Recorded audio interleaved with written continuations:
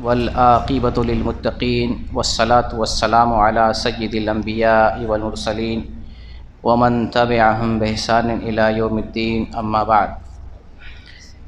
اعوذ باللہ من الشیطان الرجیم، بسم اللہ الرحمن الرحیم۔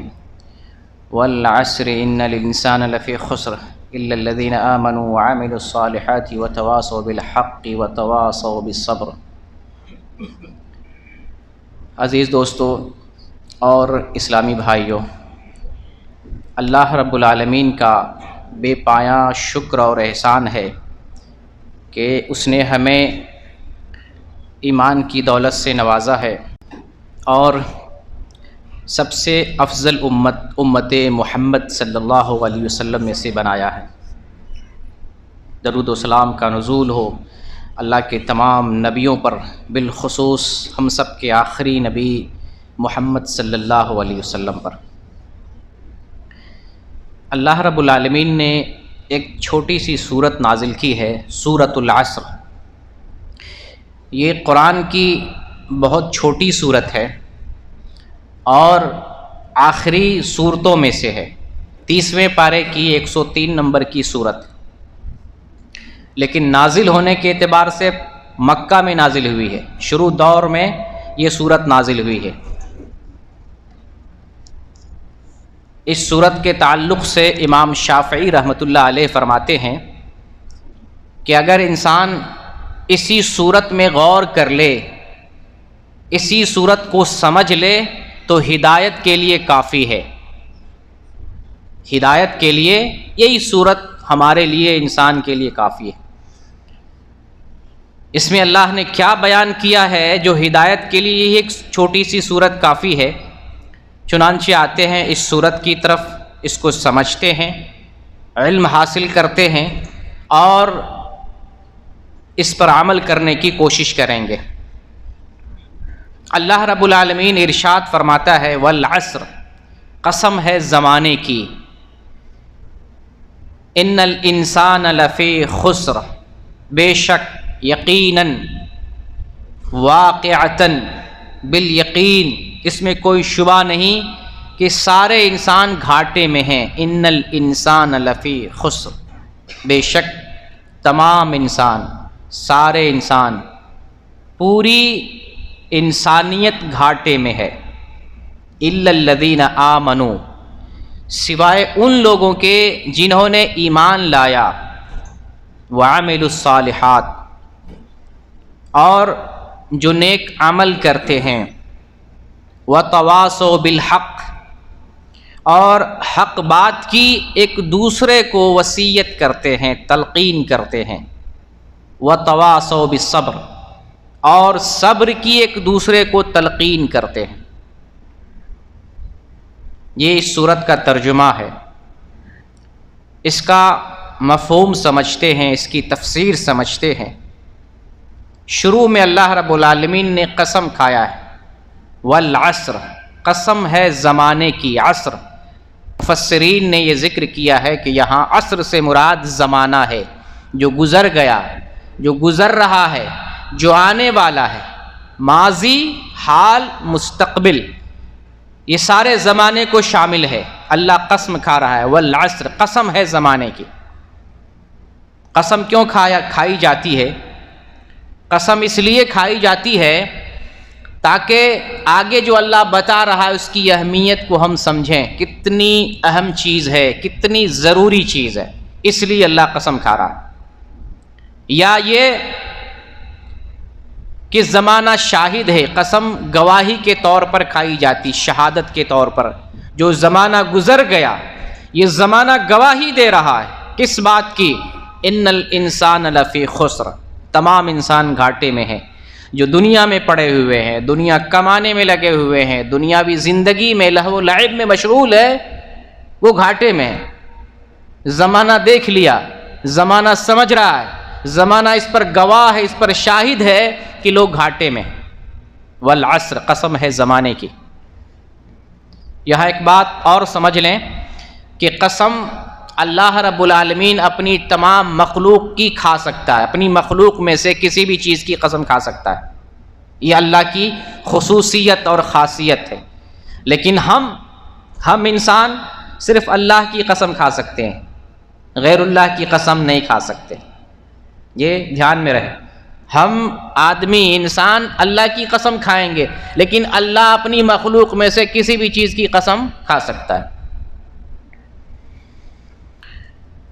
تو اللہ رب العالمین قسم کھا رہا ہے، قسم ہے زمانے کی، آگے بتا رہا ہے ان الانسان لفی خسر، بے شک تمام انسان گھاٹے میں، خسر خسارہ، نقصان۔ اس صورت میں جو الفاظ آئے ہیں وہ عام طور سے انسان سمجھتا ہے، بوجھتا ہے، بڑی چھوٹی صورت ہے اور اس کے عربی الفاظ بھی بہت ہی مشہور اور معروف ہیں، آپ اس کو سمجھ سکتے ہیں، سمجھنا ضروری بھی ہے۔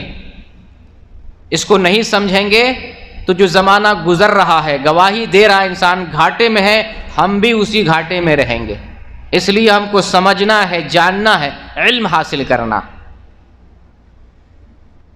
انسان گھاٹے میں ہے، سارے کے سارے انسان گھاٹے میں ہے، اس پر زمانہ گواہ ہے، شاہد ہے، اللہ قسم کھا رہا ہے۔ آگے اللہ کچھ لوگوں کو الگ کرتا ہے، اس کو الگ کرتا ہے جس کے اندر کچھ کوالٹی ہوگی، کچھ صفات، کچھ اوصاف ہوں گے، وہ آدمی اس گھاٹے سے بچے گا، اور اگر اس کے اندر وہ صفات نہ ہو وہ انسان گھاٹے سے نہیں بچ سکتا۔ اللہ قسم کھا رہا ہے، اللہ تو بغیر قسم کے بھی کوئی بات کہے تو حق اور سچ ہے، لیکن اللہ یہاں قسم کھا رہا ہے، اس کو ہمیں بہت گہرائی سے سمجھنا پڑے گا، بہت ہی اچھے پیرائے میں اور اندر جا کر اس مفہوم کو سمجھنا ہے کہ اللہ قسم کھا رہا ہے تو اس کے اندر بڑی صداقت اور سچائی ہے۔ انسان گھاٹے میں ہے تو ہے، اس میں کوئی شک نہیں ہے، سوائے ان لوگوں کے جنہوں نے ایمان لایا۔ ایمان لائے، ایمان کسے کہتے ہیں؟ اللہ رب العالمین جن امور پر ایمان لانے کا حکم دیتا ہے وہ سب ایمان میں داخل ہے۔ اللہ جن امور پر ایمان لانے کا حکم دیتا ہے وہ تمام چیزیں ایمان میں داخل ہیں، اور اس میں علم بھی داخل ہے۔ بغیر علم کے انسان کو پتہ نہیں چلے گا ایمان کیا ہے، ہمیں کیسے معلوم ایمان کیا ہے؟ بغیر علم کے نہیں جان سکتے ہیں۔ بطور خاص علم غیب، ایمان یہاں علم غیب مراد، علم غیب، غیب کا علم، اور وہ 6 چیزوں کو شامل ہے۔ اللہ پر ایمان، رسولوں پر ایمان، اللہ کی کتابوں پر ایمان، فرشتوں پر ایمان، اچھی بری تقدیر پر ایمان، اور آخرت پر ایمان۔ یہ ایمان غیب، ایمان بالغیب، ان 6 چیزوں پر ایمان۔ بلکہ ایمان میں ہر وہ چیز داخل ہے جس کی خبر اللہ رب العالمین یا محمد صلی اللہ علیہ وسلم دے رہے ہیں، اور قیامت تک جو چیز غیب کی چیز ہے۔ بہت ساری بشارتیں رسول نے دی ہیں، قیامت میں یہ چیز ہوگی، وہ چیز ہوگی، ابھی زمانہ آنا باقی ہے۔ جنت کے بارے میں، جہنم کے بارے میں غیب کی خبریں ہمیں رسول پاک صلی اللہ علیہ وسلم نے اور اللہ رب العالمین نے بتائی ہے، غیب میں ساری چیزیں داخل ہیں۔ تو ایمان لائے، جن چیزوں کا حکم اللہ تعالیٰ نے دیا ہے ایمان لانے کا، ان تمام چیزوں کو جان کر، علم حاصل کر کے اس پر ایمان لائے۔ کسی بھی چیز پر عمل کرنے سے پہلے علم ہوتا ہے۔ امام بخاری رحمۃ اللہ علیہ نے صحیح بخاری میں، صحیح بخاری ایک کتاب ہے جو حدیث کی کتاب ہے، نبی صلی اللہ علیہ وسلم کے فرمودات، آپ کے اقوال افعال کا مجموعہ، آپ کی سنت کا مجموعہ ہے۔ صحیح بخاری قرآن کے بعد اس روئے زمین پر سب سے معتبر کوئی کتاب ہے صحیح بخاری۔ اس لیے میرے بھائی آپ میں سے ہر کسی کے پاس صحیح بخاری ہو، قرآن ہو، صحیح بخاری ہو، ٹرانسلیٹ والا، زندگی میں ایک بار اسے ختم کریں۔ صحیح بخاری کو ترجمہ اور تفسیر کے ساتھ پڑھیں، اس کی تشریح کے ساتھ، مفہوم کے ساتھ پڑھیں۔ وہ دین اسلام کی تشریح ہے، محمد صلی اللہ علیہ وسلم کی سنت کا بیان۔ امام بخاری کتاب العلم ایک باب قائم کرتے ہیں، باب العلم قبل القول والعمل، العلم قبل القول والعمل، باب ہے علم کا کہ کچھ کہنے یا عمل کرنے سے پہلے علم کا ہونا ضروری ہے۔ کچھ آپ بولیں گے اسلام کے بارے میں، جیسے میں بولنا چاہ رہا ہوں، بول رہا ہوں، تو کیسے بولوں گا؟ پہلے علم ہونا چاہیے۔ جیسے ابھی میں عشاء کی نماز پڑھا ہوں، کیسے پڑھا ہوں؟ پہلے میں نے علم حاصل کیا۔ کچھ بھی بولنے سے پہلے، عمل کرنے سے پہلے علم ضروری ہے۔ امام بخاری نے دلیل کے طور پر قرآن کی آیت ذکر کی ہے، فَاعْلَمْ أَنَّهُ لَا إِلَهَ إِلَّا اللَّهُ، فَاعْلَمْ، علم حاصل کرو، أَنَّهُ لَا إِلَهَ إِلَّا اللَّهُ، علم حاصل کرو، جان لو کہ اللہ کے علاوہ عبادت کے لائق کوئی نہیں ہے۔ تو اللہ علم حاصل کرنے کے لیے کہہ رہا ہے، کس پر ایمان لانا؟ اللہ پر ایمان لانا۔ ایمان کی بات چل رہی ہے اور اللہ حکم دے رہا ہے اس کا علم حاصل کرو اور میرے اوپر ایمان لاؤ، میں ہی بندگی کے لائق ہوں اور کوئی نہیں بندگی کے لائق، اس کا علم حاصل کریں۔ تو اس لیے ایمان کے اندر ایمان کے امور تو داخل ہیں ہی، علم بھی اس کے اندر داخل ہے تاکہ ہم ایمان کو جان سکیں، پہچان سکیں اور صحیح طور پر ہم ایمان لا سکیں۔ تو گھاٹے سے کون بچتے ہیں؟ اس کو دوسرے لفظوں میں یہ کہہ سکتے ہیں کامیاب ہونے والے لوگ کون ہیں؟ جو نفع میں رہیں گے، فائدے میں رہیں گے، وہ جو ایمان لاتے ہیں، اس کی ایک صفت ایمان لانا ہے۔ اور گھاٹے سے بچنے والے، فائدہ اٹھانے والے، کامیاب ہونے والے انسان کی ایک دوسری صفت ہے کہ وہ نیک عمل کرتے ہیں۔ الا الذین آمنوا وعملوا الصالحات، ایمان لاتے ہیں اور نیک عمل کرتے ہیں۔ ویسے ایمان میں عمل داخل ہے، کوئی کلمہ پڑھ لے لا الہ الا اللہ محمد الرسول اللہ، اس وقت تک وہ مومن نہیں ہوگا جب تک وہ عملی جامہ نہ پہنائے، عمل بھی کر کے دکھانا ہے تب وہ مسلمان ہوگا۔ عمل بھی ایمان میں داخل ہے۔ تو اس لیے اللہ رب العالمین الگ الگ پیرائے میں کہ ایمان لانے کے بعد باقاعدہ عمل بھی کرنا ہے، ویسے شامل اس کے اندر بھی ہے۔ تو ایمان لانے کے بعد اس آدمی کی ذمہ داری ہے کہ وہ عمل کرے، نیک عمل، عمل صالحات، ظاہری ہو، باطنی ہو، قلبی طور پہ ہو، ظاہری طور پہ ہو، وہ نیک اعمال کو بجا لائے، ایمان لائے اور نیک عمل انجام دے۔ نیک عمل اپنی مرضی کا نام نہیں ہے، جو اللہ بتائے وہی نیک ہے، جو اللہ بتائے یہ خیر ہے، یہ نیک ہے، یہ بر ہے، یہ تقوی ہے، یہ احسان ہے، یہ دینی کام ہے، یہ خیر کا کام ہے، وہ نیکی ہے۔ جو رسول بتائے یہ بہتر ہے، یہ اچھا ہے، یہ نیکی ہے، یہ بھلائی ہے، یہ معروف ہے، یہ اچھی بات ہے، یہ تقوی ہے، وہ نیکی ہے، وہ بھلائی ہے، وہ خیر کا کام۔ اپنی مرضی سے اگر کوئی چیز بناتے ہیں یہ نیک کام ہے، وہ نیک کام نہیں ہوگا۔ جو اللہ بتائے، اللہ کے رسول بتائیں، وہی نیک کام ہوگا، وہی عمل صالح ہے۔ تو وہ لوگ گھاٹے سے بچتے ہیں جو ایمان لاتے ہیں اور نیک عمل کرتے ہیں، اچھے کام کرتے ہیں۔ دو اوصاف۔ تیسری صفت وَتَوَاصَوْا بِالْحَقِّ، حق کی وصیت کرتے ہیں۔ تواصو، ایک دوسرے کو وصیت کرنا۔ وصیت سمجھ رہے ہیں؟ وصیت بہت مشہور چیز ہے، جیسے کوئی آدمی مر جاتا ہے تو وارثین تلاش کرتے ہیں میت نے کیا وصیت کی ہے، کیا وصیت کی ہے، آپ نے سنا ہوگا۔ وہی وصیت لفظ ہے جس کی انسان بڑی اہمیت دیتا ہے، بڑی تاکید کرتا ہے۔ تو یہاں پر صرف وصیت نہیں، ایک دوسرے کو وصیت کرنا، حق بات کی وصیت کرنا۔ حق کیا ہے؟ ابھی جو بیان کیا گیا، ایمان اور عمل صالح، یہ حق ہے۔ حق کے اپوزٹ میں باطل ہوتا ہے، باطل سے بچنا، حق کی پیروی کرنا ہے، حق کی وصیت کرنا ہے، یعنی حق کی دعوت دینا۔ ایمان اور عمل صالح یہ حق ہے، ان دونوں چیزوں کی اب تبلیغ کرنا ہے۔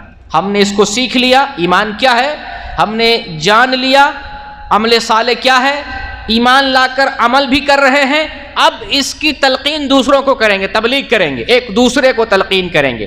ایک دوسرے کو تلقین کرنے کا مطلب قرآن میں اللہ تعالیٰ نے ایک جگہ ذکر کیا ہے، وَذَكِّرْ فَإِنَّ الذِّكْرَى تَنفَعُ الْمُؤْمِنِينَ، وَذَكِّرْ، اور نصیحت کرو، ایک دوسرے مسلمان کو نصیحت کرو، کیونکہ نصیحت کرنا ایک دوسرے مسلمان کو فائدہ پہنچاتا ہے۔ کبھی ہم بھول جاتے ہیں، کبھی آپ بھول جاتے ہیں، آپ ہمیں یاد دلائیں گے، ہم آپ کو یاد دلائیں گے، اس کو کہتے ہیں ایک دوسرے کو یاد دہانی کرنا۔ تو جو حق آپ نے سیکھ لیا ہے اور جس حق پر آپ ڈٹے ہوئے عمل کر رہے ہیں، اب اس کی تبلیغ آپ کے ذمہ ہے، اس کو دوسروں تک پہنچائیں۔ کامیاب ہونے والے لوگوں کی تیسری صفت ہے، جو انسان علم حاصل کر لیا، ایمان لے آیا، عمل بھی کر رہا ہے، اس کی ذمہ داری ہے تبلیغ بھی کرے، اس کو دوسروں تک پہنچائے۔ یہ تیسری شرط ہے۔ اگر کوئی مسلمان گھاٹے سے بچنا چاہتا ہے اور وہ تبلیغ نہیں کر رہا ہے تو گھاٹے سے نہیں بچ پائے گا۔ تبلیغ آپ کے اوپر بھی، ہمارے اوپر بھی، جتنی معلومات آپ کو ہے اتنی تبلیغ کی ذمہ دار آپ ہیں۔ جتنا علم آپ نے حاصل کر لیا ہے اتنی بات لوگوں تک پہنچانے کے ذمہ دار آپ ہیں، ورنہ گھاٹے سے نہیں بچیں گے۔ اللہ قسم کھا کر کے یہ بات بتا رہا ہے، اس لیے سمجھنے کی ضرورت ہے۔ قسم کھایا اللہ رب العالمین نے، پھر توجہ ادھر دلائی ہے کہ اب دھیان سے سنو میں کیا بتا رہا ہوں، کہ سارے انسان گھاٹے میں ہیں، گھاٹے سے صرف وہی بچے گا، وہی بچ سکتا ہے جو ایمان لائے، نیک عمل کرے اور حق کی تلقین ایک دوسرے کو کرے، تبلیغ کرے، ایک دوسرے کو تبلیغ کرے۔ وَتَوَاصَوْا بِالصَّبْرِ، اور صبر کی ایک دوسرے کو تلقین کرے، صبر کی ایک دوسرے کو تلقین کرے۔ صبر کے تعلق سے جو لوگ اس بار گئے تھے تو ان کو پتہ ہوگا، صبر کہتے ہیں نفس کو کنٹرول کرنا، شریعت کے مطابق قرآن و حدیث پر نفس کو جمع دینا، روک دینا، اور تکلیف کے موقع پر جزا فضا نہ کرنا، رونا دھونا نہیں، شکوہ شکایت نہ کرنا، قرآن حدیث کے مطابق نفس کو کنٹرول میں رکھنا، یہ صبر ہے۔ صبر کی 3 قسمیں ہیں۔ نیکی پر صبر کرنا، ابھی ٹھنڈی کا موسم آ رہا ہے، ابھی دیکھیں اتنا بڑا کیمپ ہے، نماز پڑھنے میں مشقت ہے، بہت سے لوگ ٹی وی دیکھنے میں مشقت نہیں ہے، ابھی والی بال کھیلے گا 2 گھنٹہ، اس میں آدمی کو محنت تو لگتی ہے لیکن محسوس نہیں ہوتا ہے، لیکن یہاں آنے میں محسوس ہوتا ہے، نہیں بوق میں تھے، کون جائے گا وضو کرنے، کون جائے گا نماز پڑھنے، کون جا کے بیٹھے گا، اذان ہوئی ابھی اقامت، پھر وہاں جا کے بیٹھو، نماز پڑھو، نماز کے بعد پھر جو ہے نکلنے میں ٹائم لگتا ہے، پھر سنت پڑھو، دعا کرو، نکلو، پھر کھانا بنانا، پھر سونا، اتنا سارا کچھ انسان کو بھاری لگتا ہے۔ تو صبر میں پہلی چیز ہے نیکی پر صبر کرنا، نیکی کے لیے بھی ہم کو صبر کرنا پڑتا ہے، نیکی کے کام جو کرتے ہیں اس میں تھوڑی بہت تکلیف ہے، اس پر صبر کرنا، یہ صبر ہے، یہ صبر کی پہلی قسم ہے۔ صبر کی دوسری قسم ہے اللہ نے جن چیزوں سے روکا ان سے رکنا، اللہ نے برے کام سے روکا ہے اس سے رکنا، یہ بھی اس میں بہت محنت ہے۔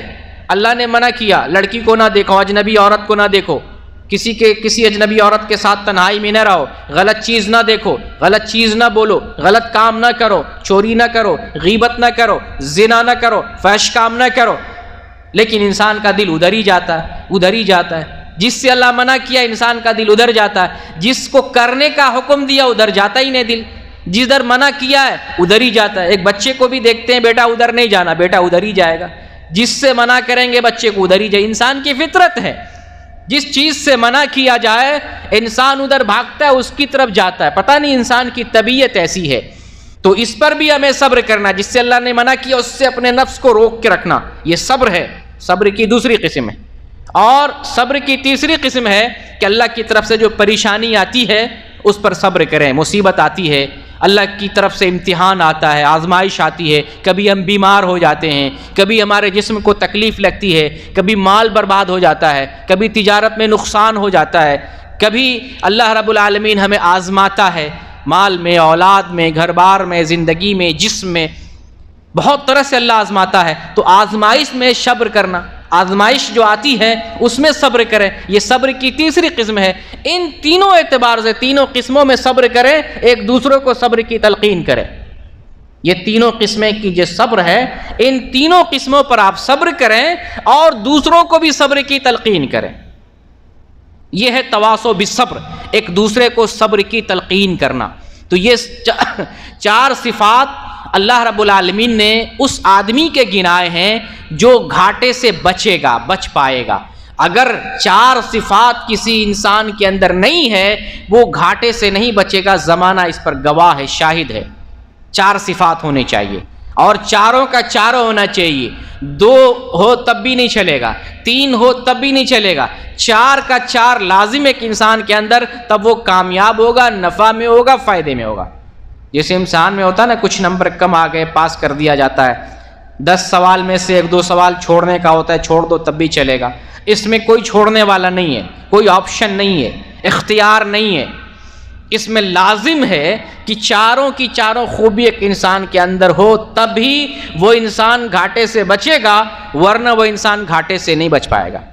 4 چیزوں میں سے آپ غور کریں، 2 چیزیں جو شروع کی ہیں، ایمان اور عمل صالح، یہ 2 چیزیں انسان کے اپنی زندگی سے متعلق، ایمان لانا ہے، علم سیکھنا ہے، ایمان سیکھنا ہے، اور اللہ پر صحیح ایمان لانا ہے، دین میں جو چیزیں ایمان کی ہیں صحیح طریقے سے ایمان لانا ہے، اس کا علم حاصل کر کے صحیح ایمان لانا ہے۔ اور نیک عمل کرنا، یہ شروع کی دو چیزیں انسان کے اپنے آپ کو مکمل کرنے کے لیے، پرفیکٹ کرنے کے لیے۔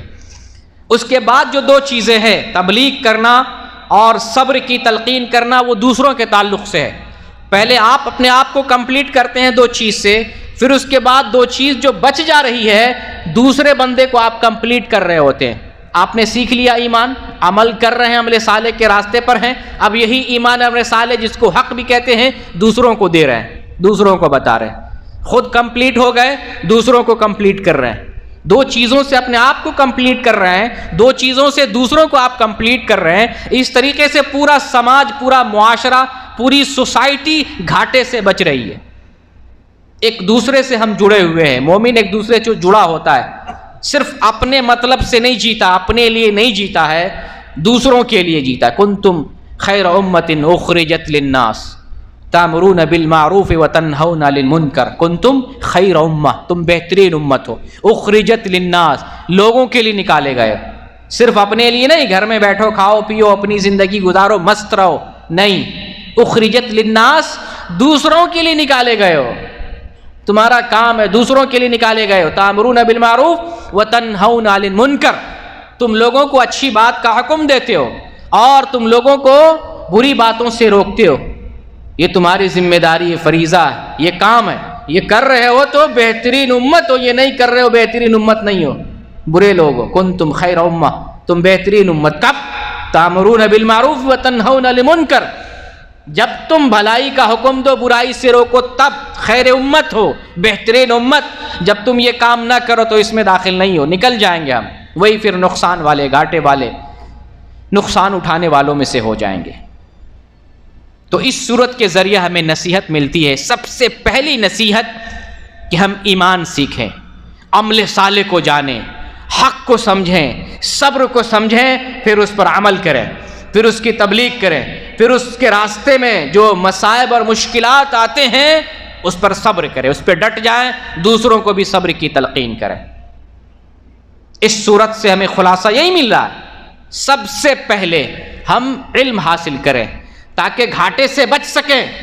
زمانے میں آئے بڑے بڑے لوگ، افلاطون آیا، دارا، سکندر، کیسے کیسے بڑے سے بڑے لوگ آئے اور تاریخ نے ان کے نام محفوظ رکھے ہیں، یہ سب ہلاک ہوئے، برباد ہوئے، دنیاوی اعتبار سے بہت کچھ کمایا لیکن اخروی اعتبار سے ان کو کوئی فائدہ نہیں ہوگا۔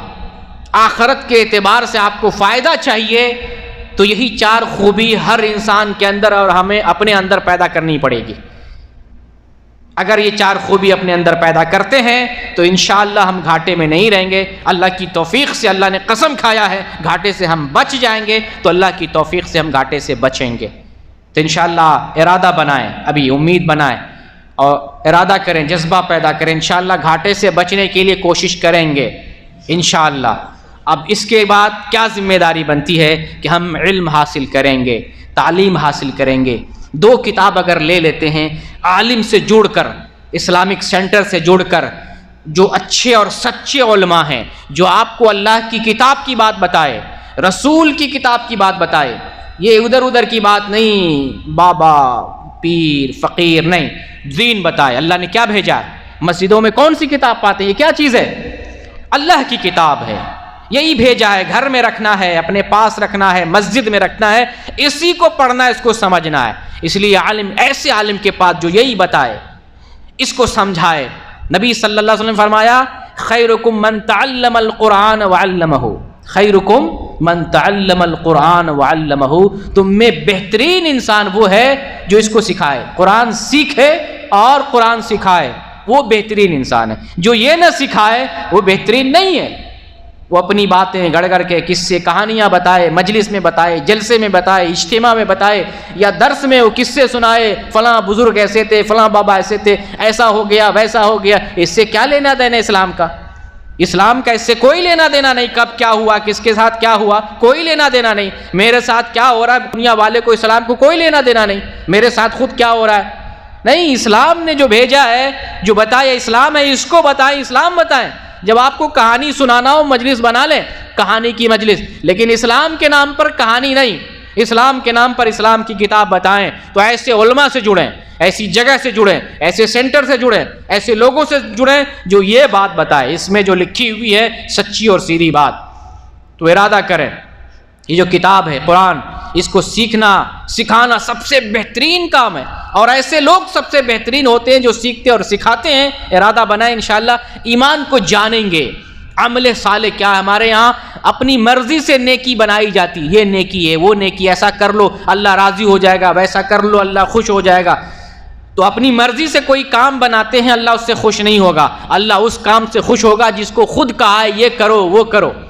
اللہ نے جو بتایا ہے یہ کام کرو تو وہ کام کریں گے تو اللہ خوش ہوگا۔ اللہ نے جس کام کو نہیں بتایا اگر وہ کرتے ہیں اللہ خوش نہیں ہوگا۔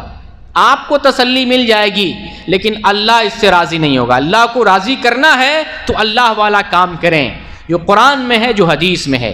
تو ابھی سے ارادہ بنائے کہ انشاءاللہ علم حاصل کریں گے، صحیح علم، کتاب و سنت کا علم، قرآن و حدیث کا علم۔ یہی دین، یہی دو چیز ہے، قرآن اور حدیث، قرآن اور حدیث۔ اس میں کوئی جو چیز اس کے اندر داخل اور شامل ہے وہی دین ہے، اس کے باہر کوئی دین نہیں ہے۔ نبی صلی اللہ علیہ وسلم جب دنیا سے جا رہے تھے ہمیں دو چیز ہمارے لیے چھوڑ کے گئے۔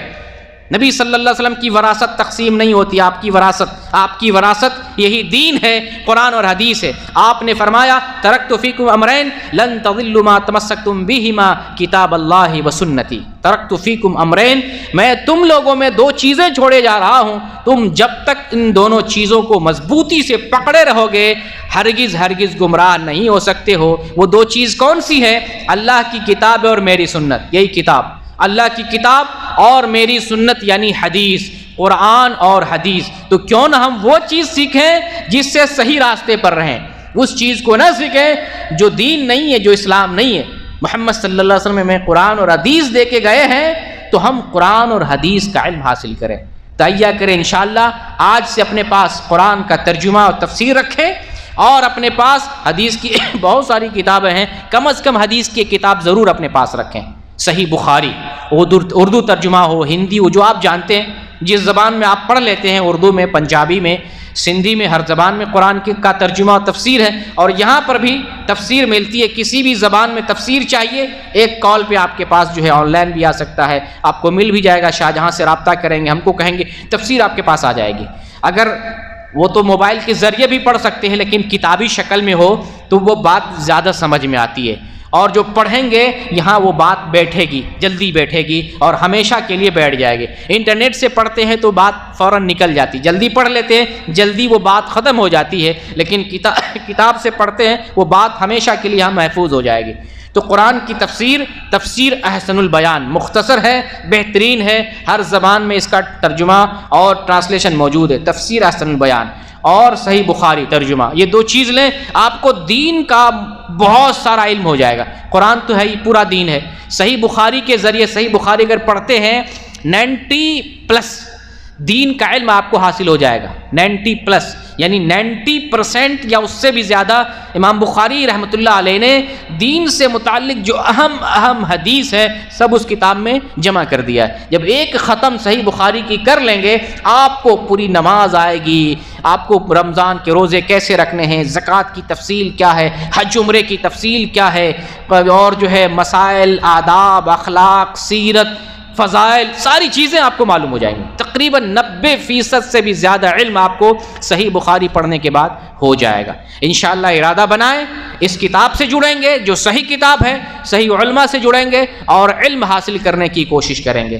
اللہ رب العالمین سے دعا کرتے ہیں بار الہ ہماری زندگی میں برکت دے، ہم نے جو کچھ عمل کیا ہے اپنی رضا کے لیے قبول کر لے، اور ہم جو کچھ اپنی رضا، اللہ کی رضا کے لیے کرتے ہیں اللہ تعالیٰ تو قبول فرما کر دنیا کی پریشانی کو ختم فرما دے، اور ہمارے عملوں کو قبول فرما کر جنت کے راستے کو آسان بنا دے، اور جو باقی زندگی بچ گئی ہے ایمان والی زندگی عطا فرما دے۔